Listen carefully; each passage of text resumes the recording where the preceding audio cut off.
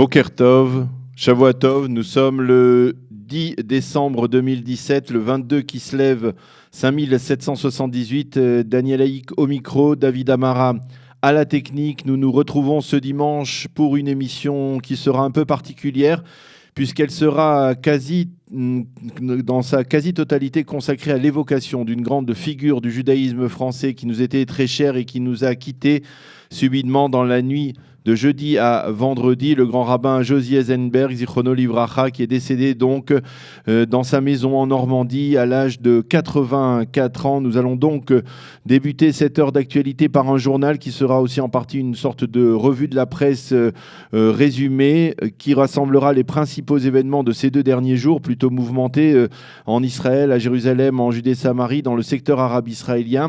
Il n'y aura pas de chronique d'Eliana Gurfinkel ce matin et c'est ainsi que dès 8h15, peut-être même avant, 8h10, nous débuterons cet hommage radiophonique au grand rabbin Josie Eisenberg et nous serons dans ce studio en compagnie de celui qui fut son ami d'enfance, puis son camarade de promotion au séminaire rabbinique avant d'être son alter ego dans le monde de la presse et des médias juifs, le rabbin Jaco Grunwald. Vers 8h30, nous accueillerons dans ce studio également le grand rabbin, l'ancien grand rabbin de France, le grand rabbin René Samuel Sirat, qui fut aussi un compagnon de tous les instants pour Josie Eisenberg depuis 1946 ou 47, année où ils se sont retrouvés à la Yeshiva d'Aix-les-Bains. Ensuite, nous évoquerons l'amitié et la relation très particulière qui a existé entre Josie Eisenberg et le Rav Adin Steinsaltz. Nous le ferons avec Michel Alouche, le traducteur en français des œuvres du Rav Steinsaltz, qui a été le témoin direct de cette amitié.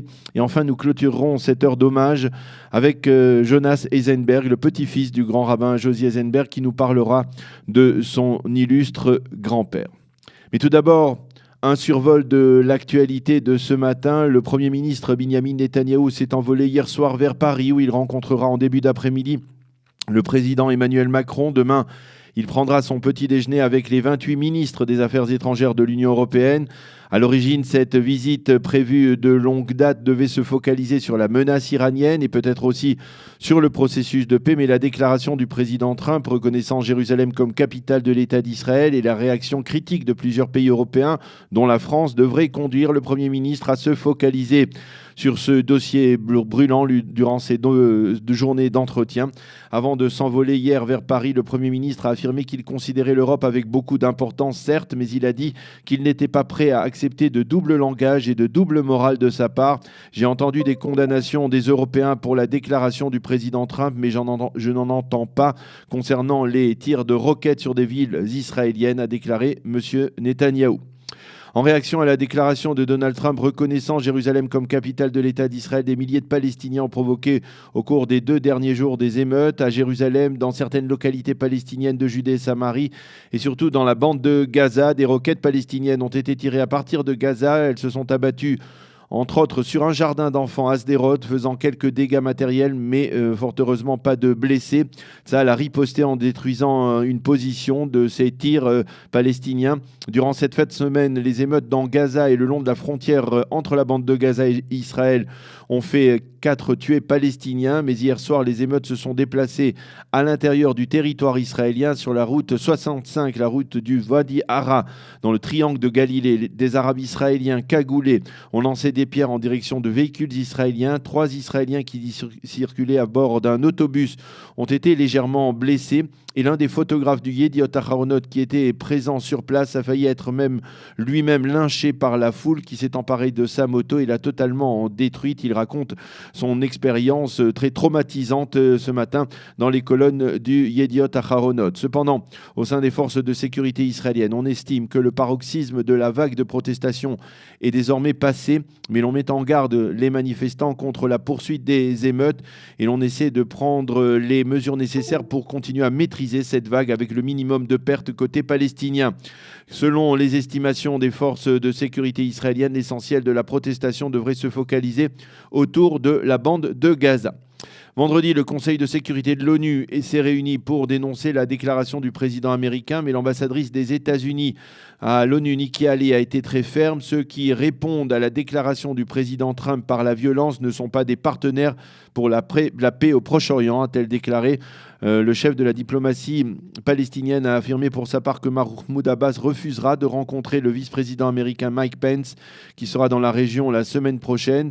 C'est aussi à cause de cette visite et pour ne pas embarrasser le vice-président américain que le Premier ministre israélien a décidé de reporter à une date ultérieure le projet de loi du foyer juif visant à empêcher tout retrait territorial de Jérusalem par un vote simple d'une majorité.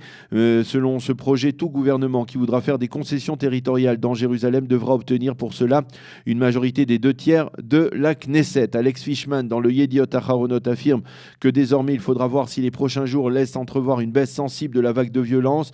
Et il part d'une confrontation au sein même du mouvement palestinien entre ceux qui souhaitent un retour au calme et ceux qui veulent plus de violence. Odette Granot, dans le Israël Hayom, constate que 3 jours après la proclamation par Donald Trump de Jérusalem comme capitale d'Israël, la rue palestinienne semble avoir compris que les extrémistes tentaient de l'utiliser, mais qu'elle-même ne voulait pas vraiment se prêter au jeu d'un nouveau soulèvement. Qui plus est, aucun pays arabe parmi ceux qui ont critiqué la démarche de Trump n'a osé rompre ses relations avec les États-Unis, souligne Odette Granot. D'ailleurs, les observateurs israéliens précisent également que Mahmoud Abbas serait particulièrement déçu de cette réaction très modérée des pays arabes.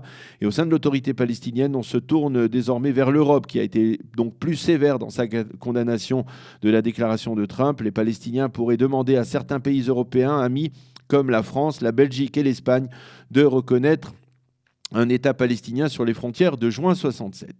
Selon les organisateurs, plusieurs dizaines de milliers de personnes ont manifesté hier à Tel Aviv contre la corruption d'État et contre la lenteur de la justice israélienne dans les affaires concernant Binyamin Netanyahou, une manifestation qui n'est pas restée statique puisqu'elle a débuté au 16 du boulevard Rothschild devant le musée de l'Indépendance et elle s'est poursuivie sur la place du théâtre Abima avant de se déplacer vers le centre commercial Azrieli. Les manifestants brandissaient des panneaux et scandaient des slogans contre le Premier ministre Netanyahou, mais également contre le président de la coalition, David Bitan, qui est lui aussi désormais dans le collimateur de la police et qui est soupçonné de corruption. D'ailleurs, David Bitan devrait être interrogé à nouveau par les enquêteurs de la police aujourd'hui.